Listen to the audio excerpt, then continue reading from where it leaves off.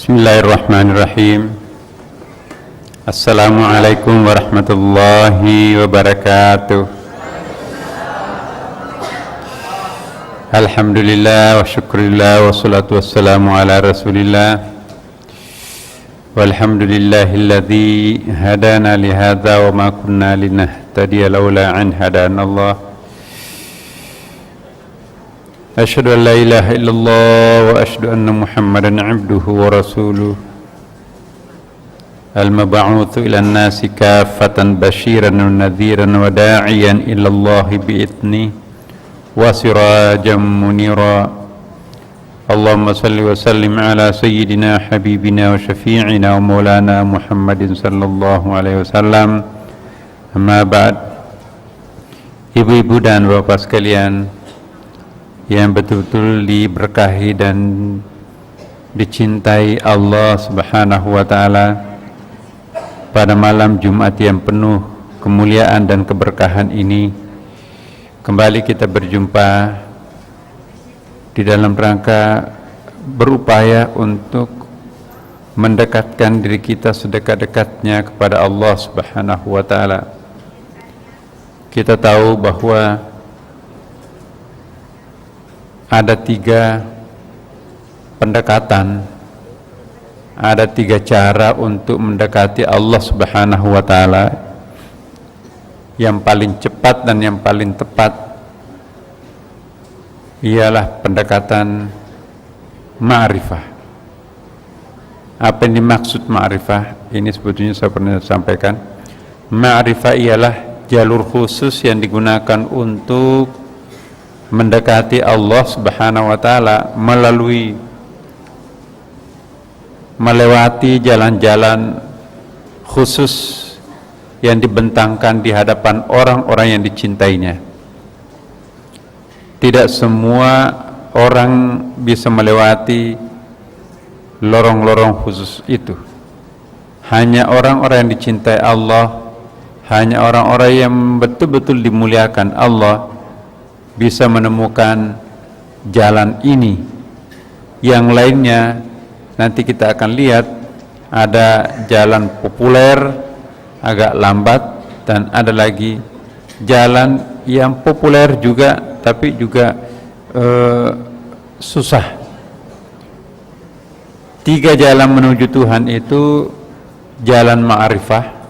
Kalau kita bicara tentang ma'rifah, bukan hanya memahami tapi juga mengamalkan.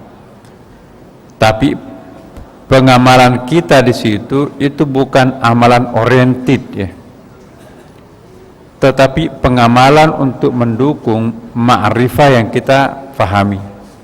Itu bedanya. Jalan yang kedua menuju Tuhan ialah amalan oriented. Ada orang, aku nggak sanggup mengikuti pengajian tasawuf, berat, sudah puluhan tahun, rasanya kok nggak ada tambah-tambahnya. Ya, aku cukup melalui, nggak usahlah pakai ma'rifah segala macam, nggak usah pakai tasawuf. Aku mau sebanyak-banyaknya melakukan sholat, sebanyak-banyaknya mengaji, sebanyak-banyaknya berzikir. Itu juga bagus. Bagus, tidak ada yang mengatakan tidak bagus. Tetapi mana yang lebih bagus di mata Allah? Ada orang yang melakukan pengamalan, yang penting jumlahnya, hitung-hitungannya, tapi pikirannya entah kemana, kejar target. Sedangkan yang pertama tadi melakukan hal yang sama tetapi dijiwai apa yang dia lakukan. Itu yang disebut dengan penghayatan mendalam. Tentu inilah yang kita sebut sebagai jalur khusus. Mengapa disebut jalur khusus? Bukan cuma mengamalkan. Coba kalau kita lihat anak-anak kita atau cucu ibu, bapak disuruh salat, salat. Ya. Udah, anak-anak itu kalau sudah salat pulang dari sekolah, pulang kuliah, langsung di tempat tidur, itu susah sekali untuk dibangunkan salat isya. Bertengkar tuh orang tuanya tuh, ayo kamu belum salat isya. Nah, akhirnya juga bangun sholat isya. Baru berapa kali tarik nafas, loh, sudah salat, sudah. Jadi sholatnya kayak apa itu? Aku kan sholatnya 4 rakaat. Ya. Ibunya, bapaknya mengatakan, loh, 4 rakaat cuma berapa detik? Benar sudah. Ya. Jadi itu kan sholatnya anak-anak. Mau sholat tarwih 20 rakaat, yang penting 20 rakaat. Mau 5 menit 20 rakaat selesai nggak apa-apa. Yang penting jumlah rakaatnya. Zikirnya yang penting 1000 kali sudah melingkar. Kecepatannya luar biasa. Tasbih di tangannya itu kecepatan 100 km per jam. Jadi bukan membaca, tetapi mengamalkan. Jadi boro-boro membaca, pokoknya kecepatan tangannya. Belum lagi kita tanya apa yang kamu baca, dia nggak tahu. Apa maksudnya apa yang kamu baca, lebih nggak tahu. Nah, jalan ma'rifah ini menyadari apa yang dia kerjakan dan mengerjakan apa yang dia sadari. Makanya itu disebut dengan jalur khusus. Sedangkan jalur yang kedua, pengamalan, mengamalkan tapi tidak menghayati apa yang dia kerjakan. Iya, lumayan. Banyak ngajinya, banyak zikirnya, tapi isinya hampa. Kenapa? Karena kejar target. Yang ketiga, Bapak Ibu,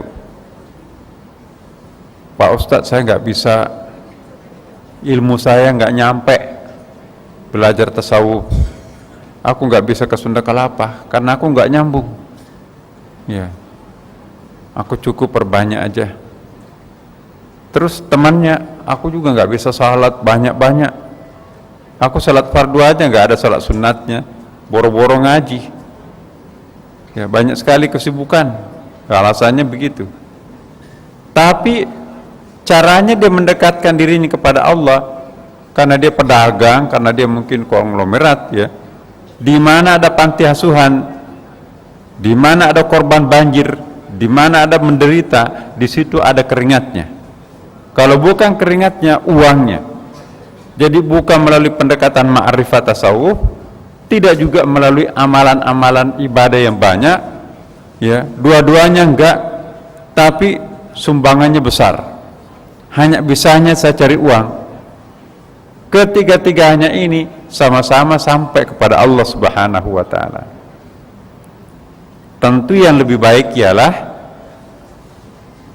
ialah semuanya.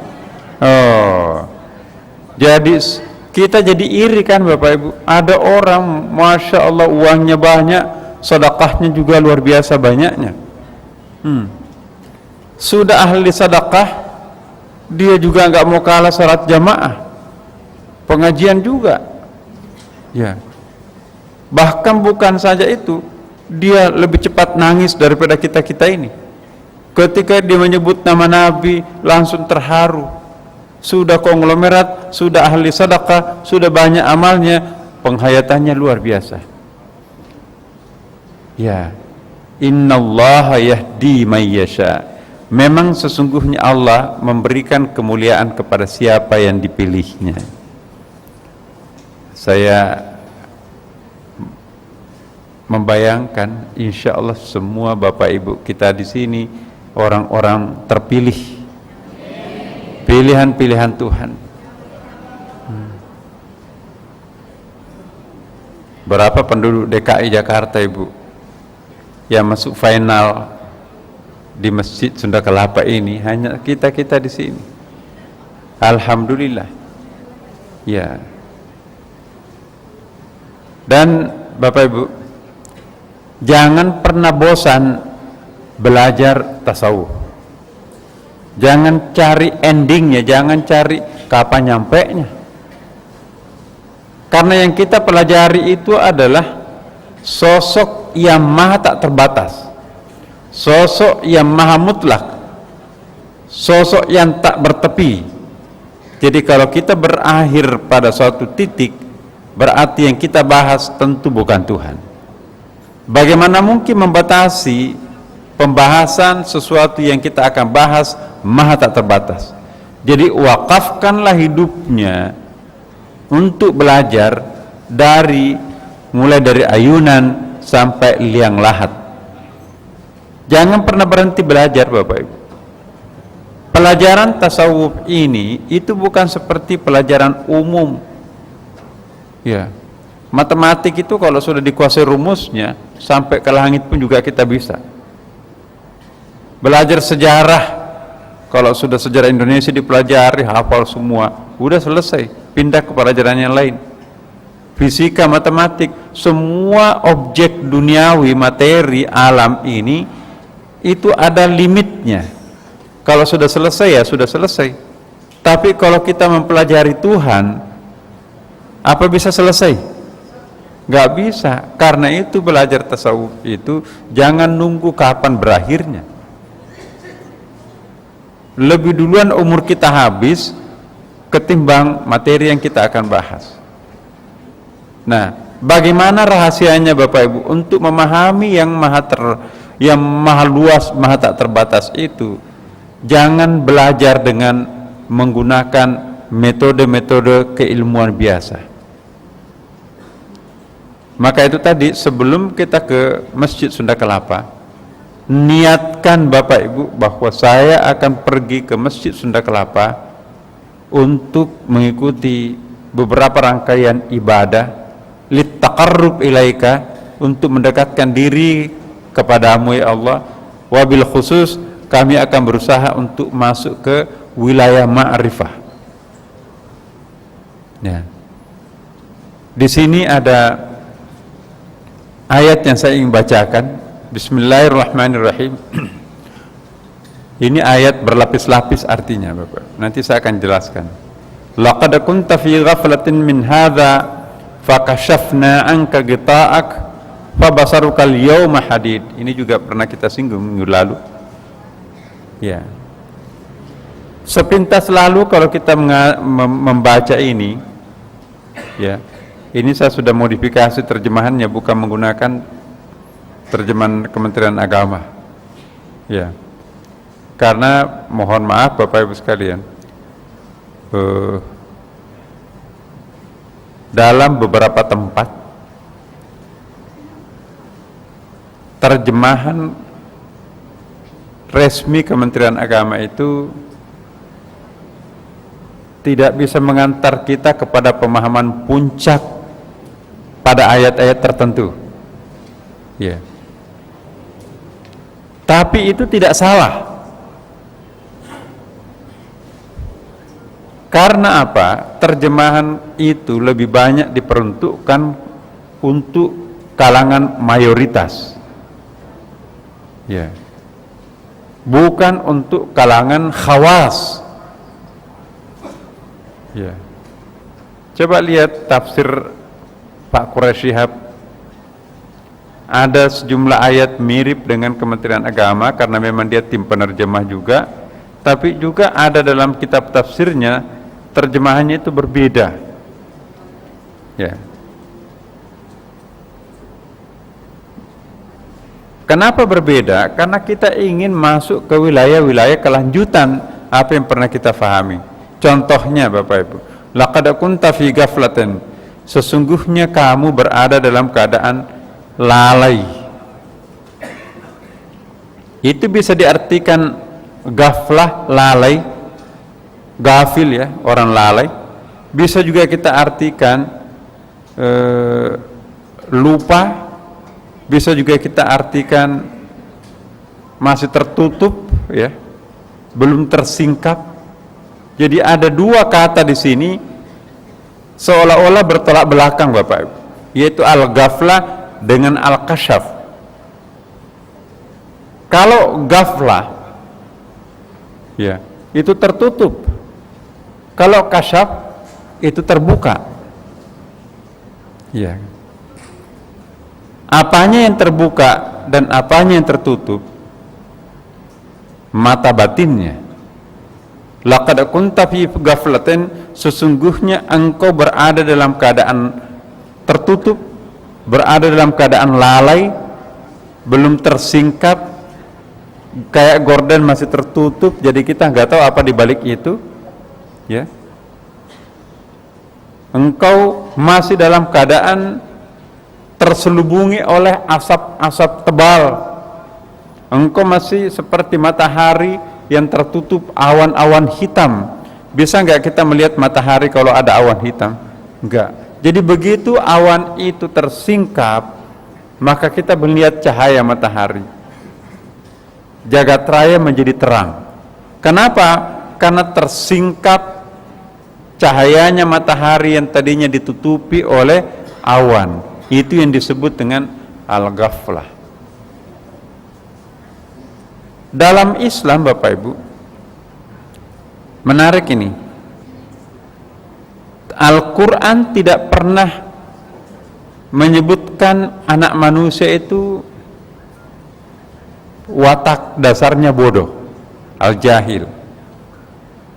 Tuhan tidak mengatakan laqad kunta fi jahilan, ya, laqad kunta, kalian sesungguhnya itu sebetulnya berada dalam keadaan bodoh, ya.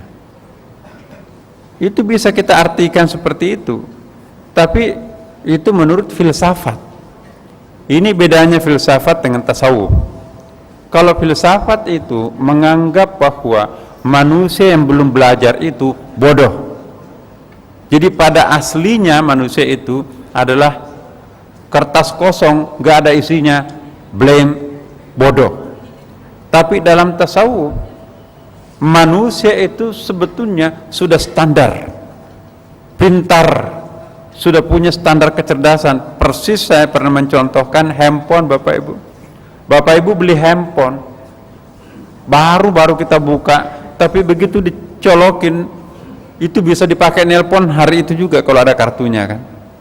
Mobil begitu diisi bensin, barusan kita ambil di showroom, langsung jalan. Manusia begitu keluar daripada rahim ibunya, itu sebetulnya ada kecerdasannya, ada akalnya, ada rohnya, ada jiwanya. Makanya anak itu kan nangis pada saat lapar. Jadi ini yang sangat perbedaannya prinsip antara kita dengan kelompok-kelompok filsafat. Filsafat menganggap orang itu kosong, maka itu harus belajar supaya pintar. Tapi kalau tasawuf, manusia itu sudah pintar, cuma lupa, maka perlu dibersihkan. Kalau dibersihkan, jendela kaca itu kita sudah bisa melihat apa yang di luar, ya. Kalau langit itu bersih dari awan, kita bisa melihat bintang-bintang, ya. Bukan kosong langit itu tanpa bintang, ada bintangnya tapi tertutup. Tapi kalau filsafat menganggap enggak, kita yang taruh bintang di situ, seolah-olah seperti itu. Nah, ini yang ingin saya jelaskan, Bapak Ibu sekalian. Mari kita jawab suara azan, kita hayati, kita lanjutkan nanti pendalamannya berikut ini, Bapak Ibu.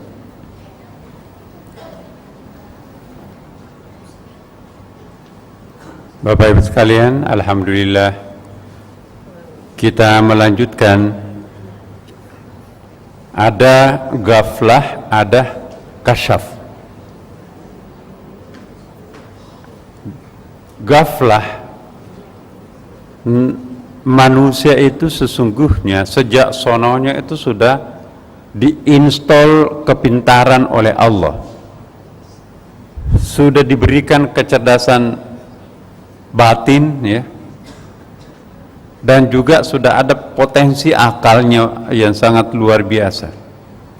Walaupun nanti penyempurnaannya pada saat pertumbuhan otak itu, Bapak Ibu, itu pada saat anak-anak itu umur balita, itu miliaran pertumbuhan sel otaknya itu setiap hari. Maka itu anak balita sampai 7 tahun itu sebaiknya dikasih makanan yang bergizi, ya, karena itu betul-betul sangat penting untuk kecerdasannya. Nanti kita memvonis anak kita, memaksa ranking, kamu tidak seperti tetangga ranking prestasinya di mana-mana. tetangga bukan saja ada privatnya setiap mata pelajaran, dia juga dikasih 4 sehat 5 sempurna. Anak kita tidak pernah minum susu, tidak pernah makan daging, dipaksa ranking seperti tetangga, anaknya itu sempurna gizinya. Itu mendalimi anak. Anak kita kalau sudah berusaha sedemikian rupa, memang kepintarannya seperti itu, ya terima kenyataan. Mungkin ada cara lain. Nak, otakmu memang pas-pasan, jangan kalah sama anak tetangga, gunakan pendekatan batinmu, nak. Karena roh itu, Bapak Ibu, standar. Tidak ada roh anak-anak, tidak ada roh orang tua. Tidak seperti badan yang namanya roh. Ya. Wih, baru lahir, rohnya kecil-kecil, enggak. Wah, ini sudah 100 tahun, rohnya sudah keriput. Enggak, roh itu standar. Tidak seperti badan, Bapak Ibu sekalian. Jadi kalau kita bisa memberikan support kepada anak kita, walaupun gizinya pas-pasan, walaupun dia nggak pernah mendapatkan bimbingan, tetapi kita latih anak kita itu tidak menggunakan kecerdasan logika, tapi menggunakan kecerdasan batin di dalam memahami objek, maka insya Allah anak itu nanti tidak kalah dengan anak tetangga. Caranya seperti apa? Nah, ini yang kita akan bahas ini. Pertama, bersihkan batin. Salat, kalau perlu anak-anak kita itu diajari juga salat duha sebelum pergi ke sekolah. Anak tetangga kita yang kaya itu, gizinya lengkap itu, nggak pernah salat duha, boro-boro salat duha, salatnya pun juga kadang-kadang ompong. Pinter, sehat. Jadi anak kita kalah otak, tapi menang batin. Tetangga menang otak, kalah batin. Nanti kita akan lihat mana yang lebih hebat. Banyak sekali orang hebat itu justru berasal dari anak-anak miskin. Banyak sekali tokoh-tokoh nasional kita itu berasal dari desa terpencil. Justru anak kota yang kaya itu mentoknya terlalu cepat. Kenapa? Karena termanjakan oleh keadaannya. Mungkin tidak perlu berdoa, mungkin nggak perlu juga salat tahajud, dipenuhi semuanya oleh bapaknya, ibunya, uangnya banyak. Sedangkan anak kita terjun bebas ke Jakarta, percuma minta uang sama orang tua, minta 1000 kali nggak pernah dikasih, yang dia sendiri mau makan nggak bisa. Akhirnya anak kita menjadi kreatif. Anak kampung di ibu kota itu kreatif mencari dana, berkeringat. Kenapa berkeringat? Karena kalau nggak seperti itu, dia tidak akan bisa kuliah, tidak bisa sekolah. Di samping itu juga salat tahajudnya, puasa Senin Kamisnya, zikirnya, dekat dengan ulama, hatinya putih bersih. Nah, orang yang hatinya bersih, walaupun gizinya kurang, itu biasanya Bapak Ibu sekalian berkah. Ya. Satu kali dia dengarkan syekh, satu kali dia dengarkan guru, ya, meresap di hatinya. Begitu dia diuji, lulus.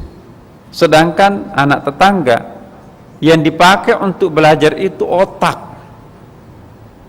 Otak itu kan sifatnya pelupa kan Bapak Ibu. Ya. Guru kita di sekolah mengajarkan sangat ilmiah pelajaran, sarjana, bukunya dikasih, hafal, lulus, nilainya A.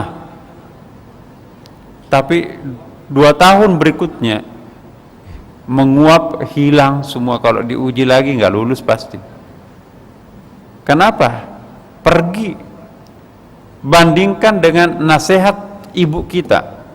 Sudah puluhan tahun, bahkan ibu kita sudah meninggal, masih mengiang-ngiang di telinga kita, di benak kita, petuah-petuah orang tua kita itu.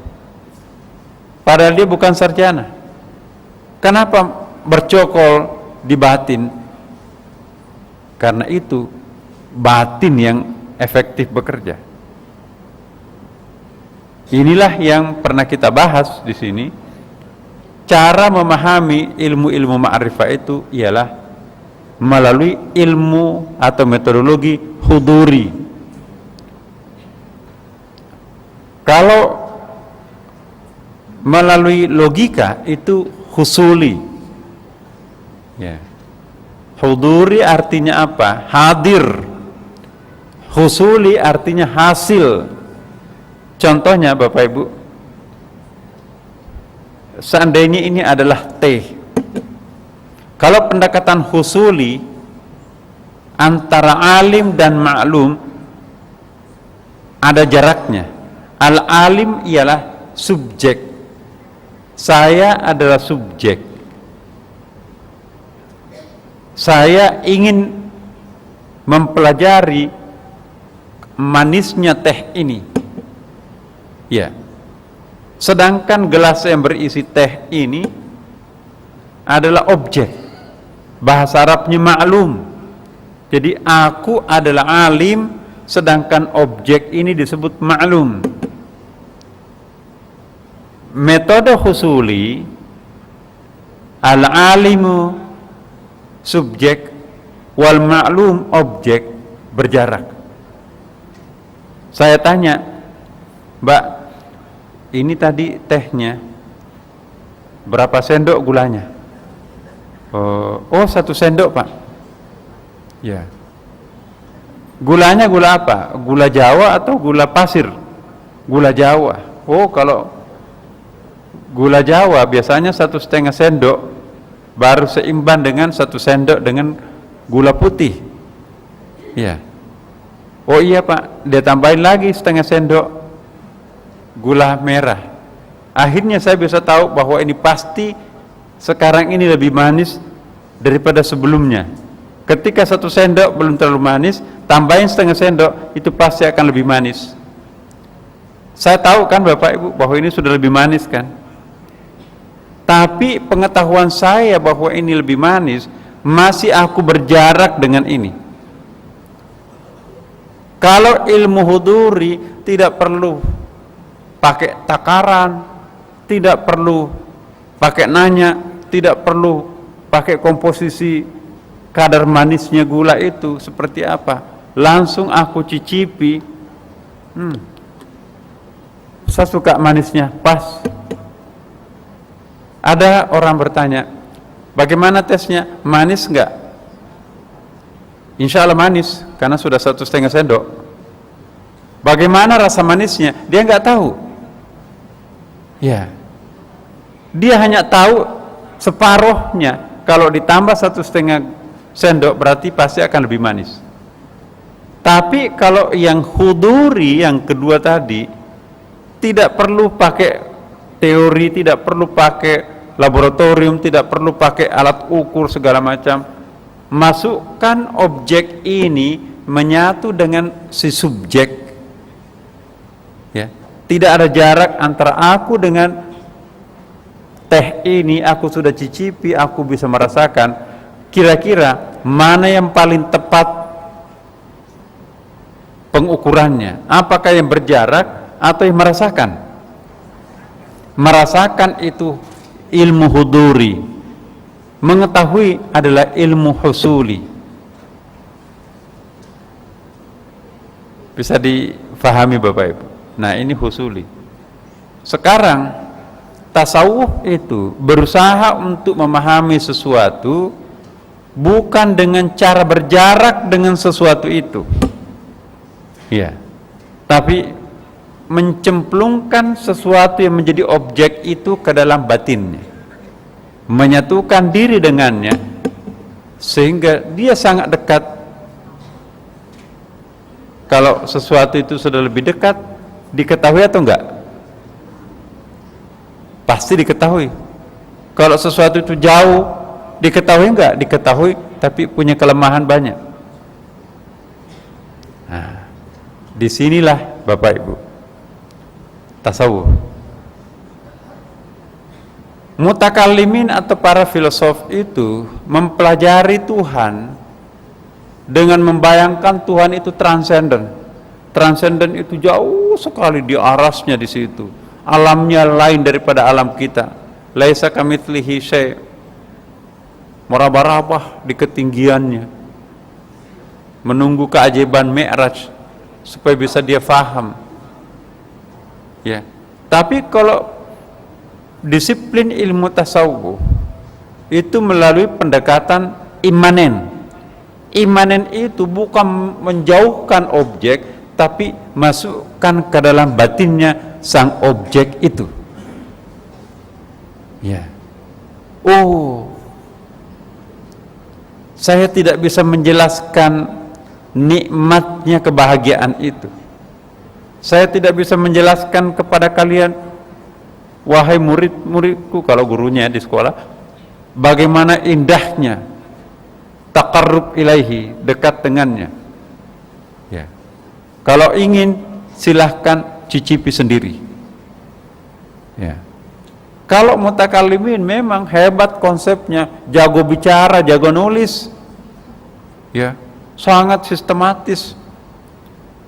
Tapi dia nggak bisa merasakan apa yang dia pahami. Secara teori masuk akal, tapi bagaimana manisnya teh tadi itu dia nggak paham. Tasawuf itu berusaha memahami manisnya teh dengan cara mencicipi teh. Sedangkan tasawuf filsafat mutakallimin melalui takaran-takaran tadi. Kadar glukosnya gula putih itu berapa, kalau gula Jawa berapa, ilmu perbandingan gula-gula itu semua dia paham. Kalau yang tasawuf nggak perlu pakai gula Jawa, gula merah, pokoknya aku langsung bisa merasakan, ini rasanya bukan gula merah ini gula putih ini. Aku nggak bisa dibohongi. Itu ilmu huduri, Bapak.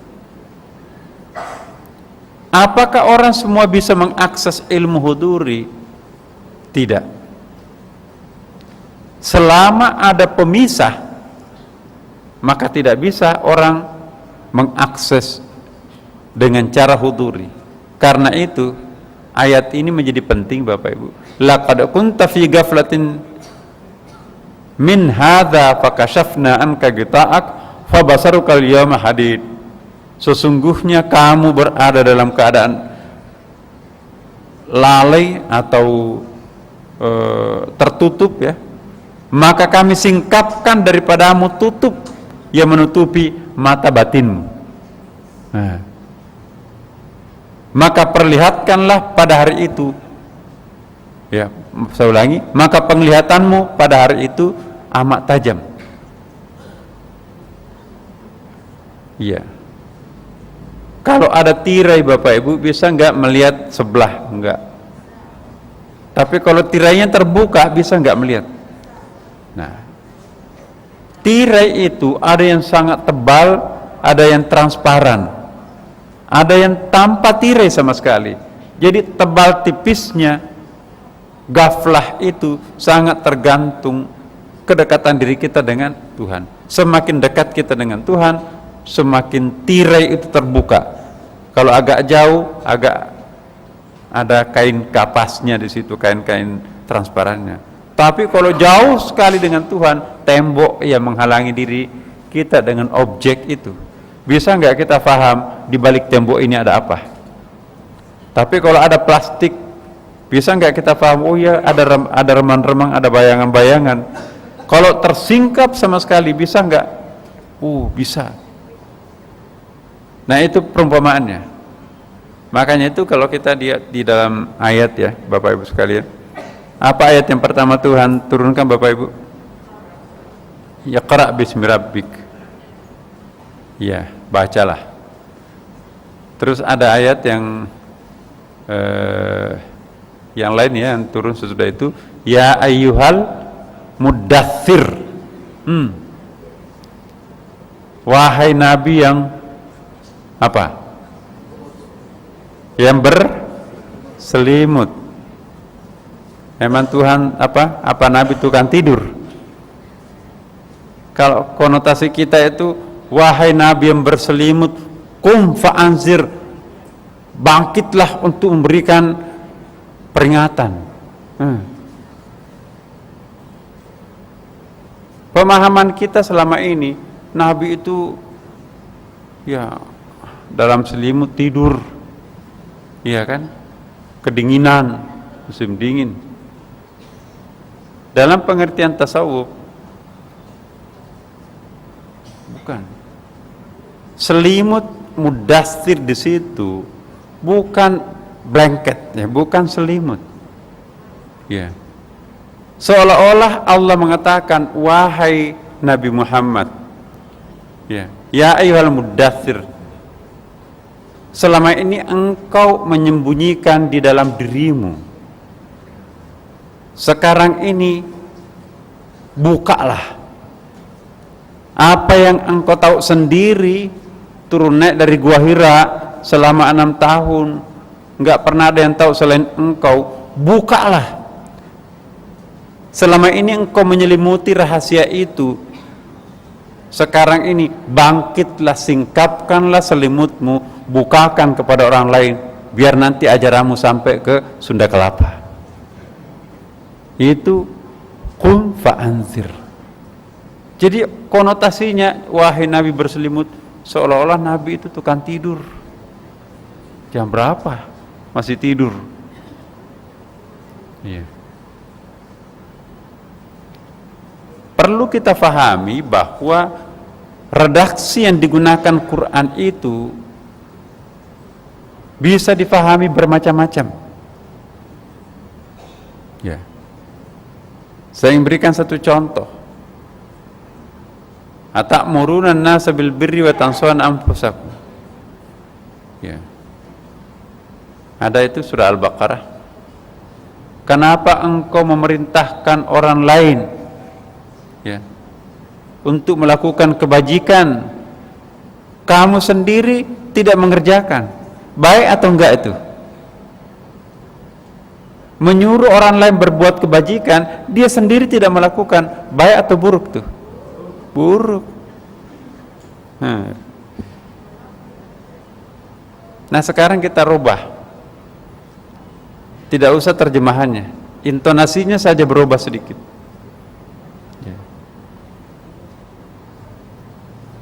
Atamuruna an-nasa bil birri wa tansawna anfusakum. Kenapa engkau memerintahkan orang lain berbuat baik, lantas kamu sendiri melupakan? Saya ingin mencontohkan. Anak saya, ya, sering saya nasihati, nak, kalau sudah pulang kuliah, langsung pulang ke rumah, jangan pulang larut malam. Angin malam itu jahat, apalagi sekarang musim hujan. Iya. Ya. Tapi bapaknya sendiri rata-rata pulang tengah malam. Keluarnya subuh-subuh, pulangnya tengah malam. Akhirnya anak saya mengatakan, ya bapak, kita disuruh pulang lebih awal, jangan pulang malam-malam, ntar sakit. Bapak sendiri gimana? Pulangnya tengah malam. Ya. Sayang nggak anak itu kepada saya? Sayang. Ya. Jadi atamuruna an-nasa bil birri wa tansawna anfusakum. Kenapa engkau memerintahkan orang, hei jangan keluar malam, tapi kamu sendiri pulang larut malam? Nah, demi dakwah syiar agama, banyak orang yang membutuhkan, walaupun sedikit dari saya, tapi mereka sangat berharap. Oh iya. Positif negatif nggak di situ? Positif. Jadi tadinya negatif, sekarang positif. Sama kan pertanyaan kita minggu lalu. Benci nggak malaikat? Enggak. Masa malaikat dibenci? Baik kok. Benci nggak iblis? Oh iya pasti. Iblis itu kan faktor penyebab kita masuk neraka. Iya kan? Nah, setelah kita jelaskan, bukankah iblis itu merepresentasikan sifatnya Allah Al-Mudil yang maha menyesatkan? Untung ada iblis mau jadi tumbal. Ada orang yang mau merepresentasikan sifatnya Allah maha sesat, ya kan? Kalau Allah maha menyesatkan, saya ulangi, kalau Allah sifatnya Al-Mudil maha menyesatkan, tapi tidak ada makhluknya yang disesatkan, sempurna enggak Tuhan menjadi Tuhan? Enggak. Hanya ada maha menyesatkan dalam potensi, tapi tidak dalam aktualita. Allah Al-Hadi, Allah maha pemberi petunjuk. Sempurna enggak Allah itu Tuhan kita yang kita sangat muliakan itu? Kalau sifatnya sangat atau maha memberi petunjuk, tapi enggak ada buktinya dia memberi petunjuk kepada siapa? Ada malaikat, itu kan malaikat. Ada nabi, itu kan nabi. Ada yang bukan nabi, itu kan wali. Ada jamaah Sunda Kelapa. Oh iya, alhamdulillah. Jadi kita bersyukur merepresentasikan diri dengan sifat-sifat Al-Hadinya Allah. Allah maha petunjuk, Allah memberi petunjuk. Buktinya ada komunitas masyarakat Sunda Kelapa diberi petunjuk. Kalau Al-Hadinya lengkap sempurna, ada buktinya bahwa Allah memberi petunjuk, sementara Al-Mudilnya maha menyesatkan tapi tidak ada pembuktiannya, maka terpaksa, bukan terpaksa, maka memang Allah menciptakan makhluknya yang mau menjadi manifestasi menjelmakan sifat maha menyesatkannya Allah. Terciptalah iblis.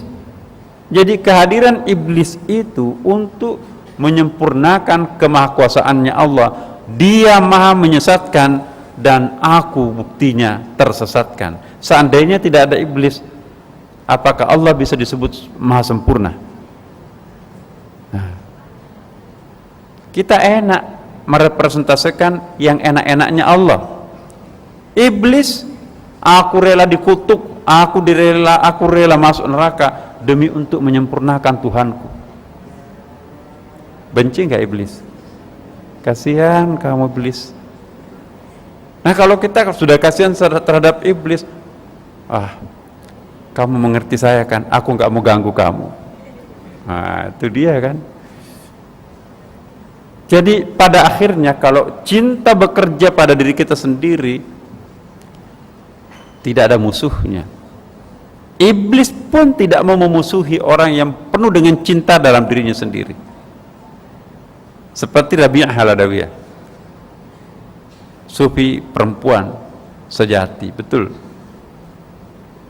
Mbak Rabi'ah, kamu benci iblis enggak? Cintaku kepada Tuhanku telah memenuhi seluruh relung tubuhku, sehingga tidak ada ruang sekecil apapun untuk membenci siapapun, termasuk membenci iblis. Jadi kalau cinta kepada Tuhan itu full, dari ubun-ubun sampai ujung kaki, cintanya terpatri hanya kepada Allah, maka tidak ada lagi satu lubang sekecil apapun dalam dirinya membenci siapapun, termasuk iblis. Iblisnya juga mental di situ. Iblis itu cuma mengganggu kelas menengah seperti kita. Iblis tidak perlu menghabiskan energinya ya, menggalang atau mempengaruhi preman jahat. Sudah CS kita kok, nggak usah digalang lagi, itu sudah partner kita. Tapi para wali, para nabi itu nggak usah dihabiskan energi, dia tahu rahasia kita kan. Nah, tapi orang yang tanggung seperti kelas menengah kita ini, ini malam Jumat, angkat tangan iblis, tunggu nanti besok malam Minggu giliranku. Itu dia. Malam Jumat kemenangannya malaikat, malam Minggu kemenangannya iblis. Jadi Bapak Ibu sekalian, kalau kita sudah mampu menutup pintu-pintu iblis dalam diri kita sendiri, maka kitalah orang yang termasuk al-muflih, yang beruntung. Kenapa iblis enggak mau mengganggu orang yang sudah tingkat atas? Percuma.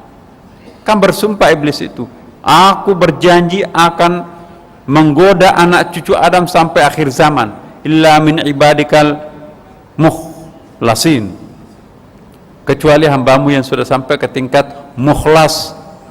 Orang yang mukhlas itu sudah bebas iblis, nggak bakalan iblis mengganggunya lagi.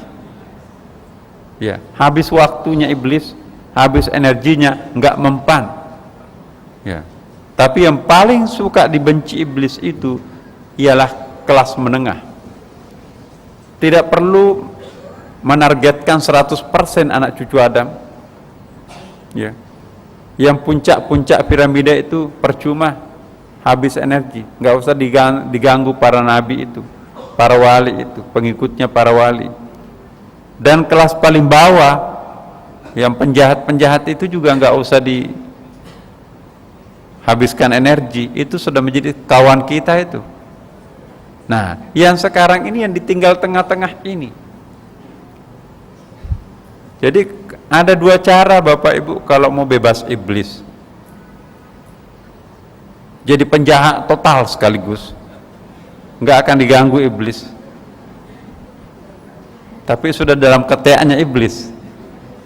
Atau kita naik ke puncak, wah susah nih, bahaya. Nah resikonya kita seperti ini. Nah sekarang kita akan mencoba bagaimana Masjid Sunda Kelapa ini bebas iblis. Ya, mumet pikirannya di rumah, begitu sampai ke Masjid Sunda Kelapa tenang, Masya Allah ngaji ya, imamnya bagus, muazzinnya enak, ya kan, ya, tampan lagi. Nah, itu semua. Jadi masjid itu oasis spiritual. Apa itu oasis? Tempat untuk memperoleh kesejukan. Maka itu disebut masjidun, tempat untuk tafakur, tempat untuk sujud, tempat untuk tersungkur, merendahkan diri kita di hadapan kebesaran Allah Maha Kuasa. Ya, masjid itu mulia sekali. Salat di masjid 27 kali perbandingannya lebih baik ketimbang salat di rumah atau di jalan. Nah. Jadi Bapak Ibu sekalian, inilah yang dimaksud laqad kunta fi ghaflatin, sesungguhnya kamu berada dalam keadaan lalai, yang silap, yang silau, ya. Ada dua yang menjatuhkan, terlalu gelap menjatuhkan, terlalu terang juga menjatuhkan. Gelapnya karena enggak melihat, terang terlalu terang karena silau matanya enggak lihat lubang. Jadi ada yang disebut dengan hijab zulmani, ada hijab nurani. Jangan pakai hijab-hijaban. Nah inilah Bapak Ibu bedanya antara tasawuf dengan fikih. Kalau pelajaran kita di dalam tasawuf harus buka jilbab, ya nggak apa-apa. Jilbab itu kan penutup, harus buka penutup. Ya. Tapi kalau fikih harus mengenakan jilbab penutup. Wah, ini salah paham lagi orang ini. Pak Nasr ngomong apa itu? Tasawuf itu memang kita dianjurkan untuk membuka semua hijab kita. Ya. Selama masih ada hijab, kita nggak bisa sampai kepada Tuhan. Karena itu hijab sebagai penutup itu bukalah supaya terang semuanya. Tapi kalau fikih kita harus menutup, pakai hijab kalau perlu pakai cadar, harus menutup aurat. Nah, itu tidak bertentangan Bapak Ibu. Menutup aurat itu sama dengan membuka hijab, memakai hijab untuk membuka hijab, iya kan? Kalau membuka hijab sama dengan menutup hijab. Bahasa apa itu? Iya kan? Ibu pasti tahu kan? Kita harus tutup aurat agar terbuka dari hijab yang mengantar kita dengan Tuhan. Karena kalau kita, mohon maaf, membuka aurat, berarti kita memasang hijab dengan Tuhan, ya kan? Tutup auratnya, maka terbuka langit menerima kita. Silahkan telanjang, tertutup langit menerima kita. Jadi kita harus menutup untuk membuka, karena kalau terbuka pasti tertutup. Ini ayat loh Bapak Ibu. Laqad kunta fi ghaflatin min hadza fakashafna anka ghita'ak. Fakashafna, maka kami akan singkapkan. Apa yang dimaksud kasyaf? Kasyaf itu Bapak Ibu, apa ya? Unveiling bahasa Inggrisnya itu. Unveil, disclosure, menyingkap ya. Saya ingin mengatakan begini, penampakan. Tapi kalau penampakan nanti hantu-hantuan gitu kan. Wah, sudah tampak. Jadi sudah melihat penampakan enggak? Kalau mau melihat penampakan, datanglah, ada ilmunya di Sunda Kelapa. Wah, siapa? Gurunya Pak Nasar. Wah, itu guru penampakan. Tapi yang ditampakkan di sini bukan setan, bukan hantu, tapi insya Allah aurah divine enlightenment. Jadi cahaya keilahian yang tersingkap. Ya, karena kalau nggak ada cahaya Bapak Ibu, bagaimana kita bisa melihat? Ya. Ada ujungnya nanti ini, mungkin tidak bisa selesai hari ini Bapak Ibu. Kalau orang sudah mukasyafat, tanda-tandanya apa Bapak? Ya. Fakashafna anka ghita'ak, maka kami akan singkapkan kepadamu tutup yang menutupi engkau. Ada ayat lain, bukanlah mata kepalanya yang buta, tapi mata allati fis sudur, yang di dalam batinnya itu, mata batinnya yang buta. Ya. Semua makhluk Allah itu punya mata Bapak Ibu. Binatang punya mata enggak? Tumbuh-tumbuhan punya mata enggak? Punya. Bagaimana matanya? Iya. Ikutilah tadabbur alam. Ya kan?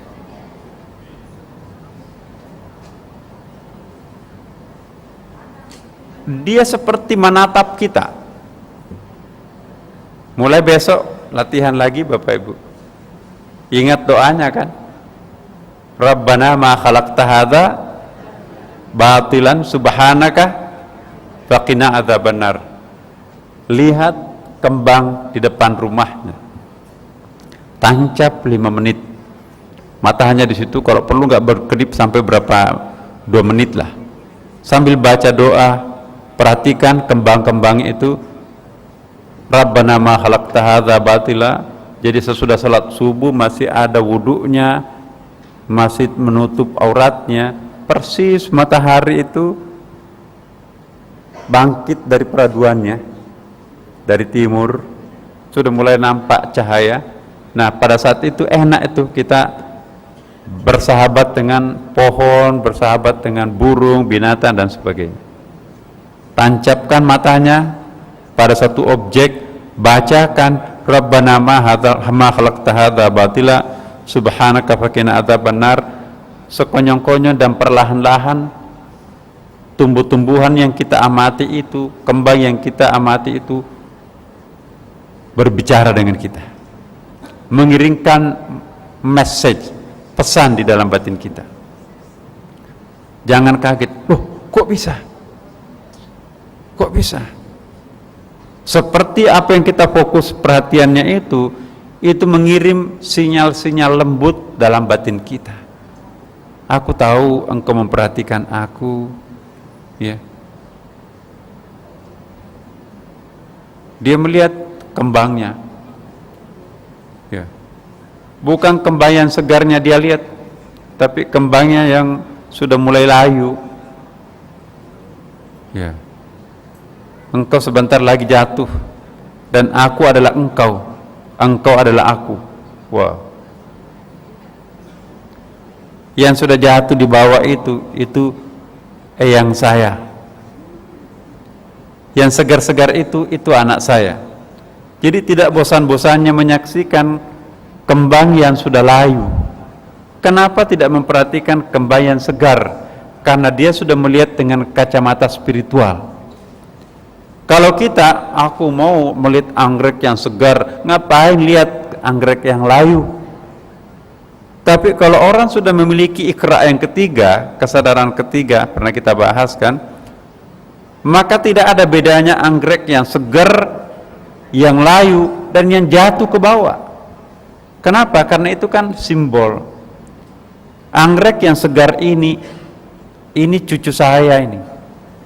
Baru putiknya sebentar lagi akan mekar. Yang sudah mekar ini anak saya. Yang sudah keriput sebentar lagi jatuh ini aku.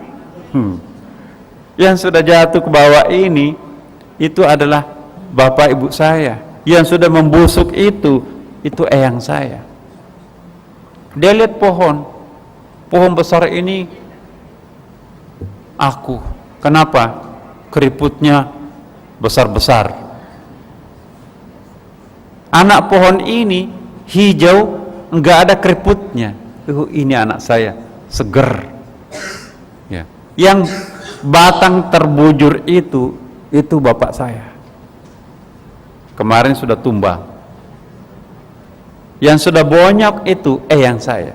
Jadi semua ada artinya.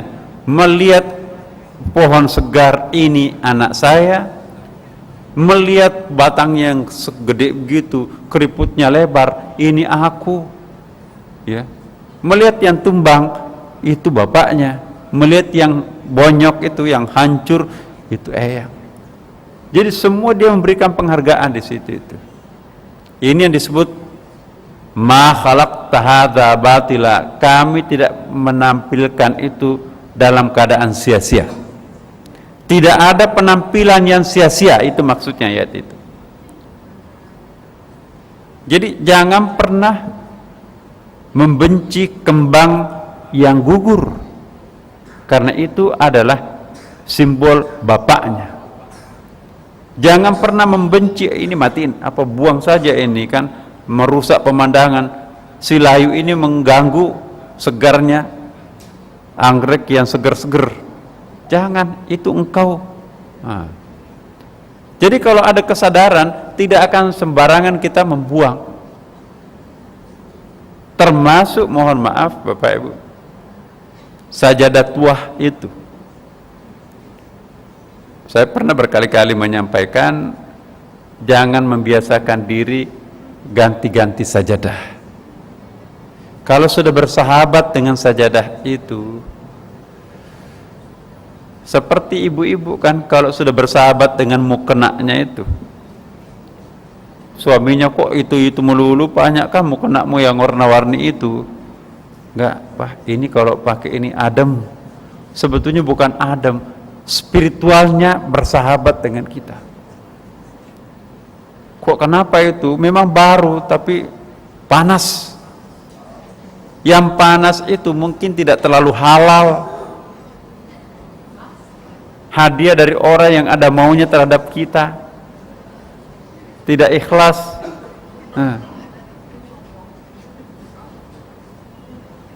Jadi cari yang nyaman-nyaman. Jangan wah rumputnya tetangga hijau ya. Enggak. Dari permukaan hijau, tapi dilihat itu bawahannya banyak ulatnya itu. Kita tidak sehijau itu, bahkan banyak bopeng-bopengnya, itu pertanda bahwa itu seger, tidak ada pestisidanya. Kalau ada kembang kol itu yang enggak ada lubang-lubangnya katanya, itu dicurigai itu pernah disemprot pestisida racun. Ya, kita kan cuma cuci sedikit langsung lalap itu ya. Kenapa seger sekali? Lebar begini nggak ada lubangnya sedikit pun. Itu dicurigai kalau pakai alat, jangan-jangan itu ada semprotan pestisida, sehingga serangga-serangganya nggak ada yang mau mencicipi. Begitu dicicipi mati. Kalau ini ada lubang-lubangnya, kita buang. Kalau ada ulatnya, kita buang. Itu pertanda sehat, karena nggak mungkin akan berlubang kalau di situ ada pestisida.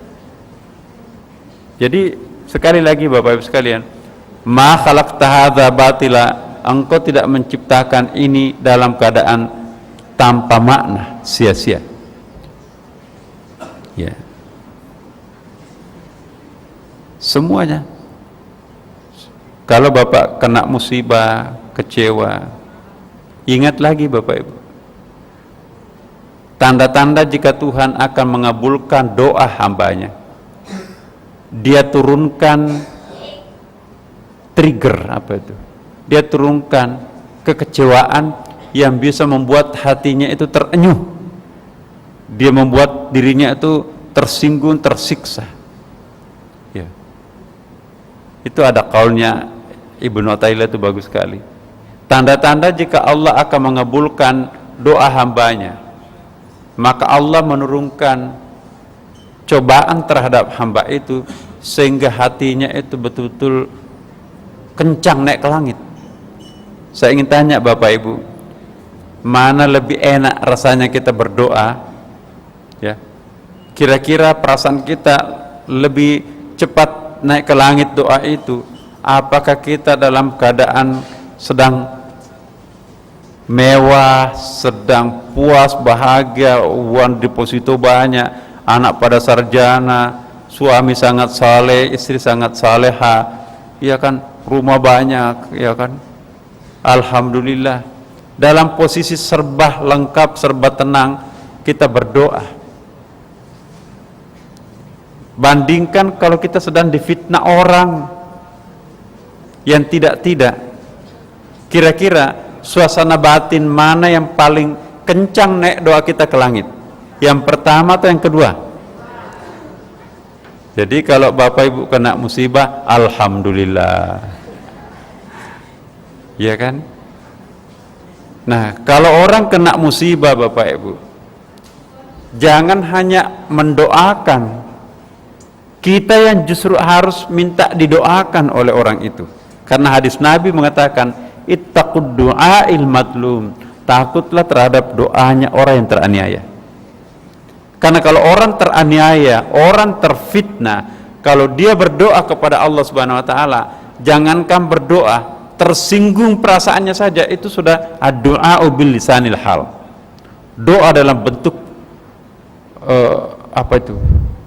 al-hal, keadaan. Ya. Kecenderungan hati orang itu saja jengkel terhadap orang yang memfitnahnya, itu sudah sama dengan doa. Apalagi kalau dia mengangkat tangannya, apalagi kalau dia minta kepada Allah, ya Allah, berikanlah pelajaran terhadap dia agar jangan mengulangi lagi perbuatannya. Tapi nasihat kita di Masjid Sunda Kelapa, apa Ibu? Jangan pernah mendoakan orang lain binasa, sejahat apapun orang itu. Karena itu pelajaran dari Nabi kan? Nabi. Ya. Jadi kalau ada doa kunut, ada itu kemarin yang minta supaya Ahok mau mengaminkan enggak? Oke lah, benci si Ahok itu, tapi tidak perlu mendoakan dia binasa. Itu urusan Tuhan. Apa doa kita? Doanya Nabi, ya Allah, berikanlah petunjuk-Mu terhadapnya agar dia tidak mengulangi perbuatannya, syukur-syukur berikanlah nurmu sehingga mereka bisa menjadi penghuni saf paling depan di masjid ini. Ya, artinya kita doakan yang baik, jangan doakan yang buruk kepada orang. Ya. Dan itu yang dilakukan Rasulullah.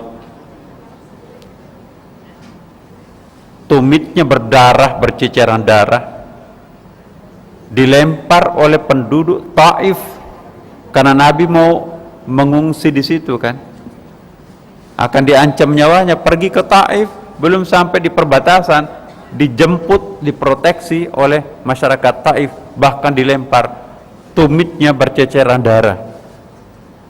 Malaikat penjaga gunung, ya Rasulullah, mau nggak aku akan balaskan penderitaanmu terhadap orang yang tidak tahu diri itu? Jangan, itu adalah hamba umatku, dia melakukan itu karena dia tidak tahu siapa aku. Kelak satu saat dia tahu aku, pasti dia tidak akan pernah mau melakukan perbuatan itu lagi. Nah, inilah yang membuat Nabi Nuh menyesal sejadi-jadinya. Kenapa aku nggak bisa seperti Nabi Muhammad, berdarah-darah tapi dia tidak mau mendoakan umatnya binasa? Aku tega-teganya aku meminta doa kepada Allah, ya Allah, hancurkanlah, binasakanlah umatku itu. Datanglah tsunami kan, naik di perahunya selamat, enak-enak di situ, tapi umatnya yang hancur kena tsunami. Nabi berdarah-darah, Nabi Nuh tidak sampai berdarah, tapi sudah berdoa macam-macam kepada umatnya. Makanya itu Nabi Nuh malu menghadap mukanya kepada Allah gara-gara pernah mendoakan umatnya binasa. Ya. Satu-satunya yang bisa menghadap Allah pada mahsyar hanya Rasulullah Muhammad sallallahu alaihi wasallam. Jadi Bapak Ibu, kalau ingin menjadi manusia langka, ikutilah pepatah yang sesungguhnya tidak lain itu adalah pemadatan ayat atau hadis. Air tuba dibalas dengan air susu. Air susu dibalas air susu biasa. Bahkan air susu dibalas air tuba juga biasa. Tapi yang luar biasa, air tuba dibalas dengan air susu. Ini yang langka. Jadi manusia langkalah kita semuanya. Dan itu ciri khasnya Nabi kita, Nabi Muhammad sallallahu alaihi wasallam. Dia tidak pernah mendoakan orang lain binasa. Hampir setiap hari Nabi pergi berperang, tapi Nabi hanya membunuh 3 orang seumur hidupnya. Itu pun satu, karena ada seorang penjahat perang itu, dia memperkosa, membunuh banyak orang, perempuan ya. Itu yang dibunuh Rasulullah. Kemudian juga ada yang ada 3 lengkap nama-namanya itu di dalam Tarikh Ibnu Ishaq. Jadi kita perlu jelaskan nanti itu apa sebabnya Nabi membunuh 3 orang sepanjang hidupnya, hanya 3 orang ya, karena memang sudah kelewatan. Baik Bapak Ibu sekalian, kita mohon pada malam Jumat ini semoga Allah Subhanahu wa taala menyingkapkan seluruh rahasianya sehingga kita bisa menemukan lebih dekat rahasia-rahasianya Allah Subhanahu wa taala. Kita bisa lebih nyaman berada pada zona nyaman beribadah, khusyuk dan berada tanpa beban. Insya Allah semua problem-problem kehidupan kita diringankan, insya Allah rezeki kita dimurahkan, insya Allah ilmu kita ditambah, insya Allah anak-anak kita sukses, insya Allah keluarga kita enteng jodoh, dan insya Allah kita semuanya husnul khatimah. Al-Fatihah. A'udzubillahi minasyaitonirrajim. Bismillahirrahmanirrahim. Alhamdulillahirabbil alamin arrahmanir rahim maliki yaumiddin. Iyyaka na'budu wa iyyaka nasta'in ihdinas siratal mustaqim siratal ladzina an'amta 'alaihim ghairil maghdubi 'alaihim waladdallin. Wassalamualaikum warahmatullahi wabarakatuh.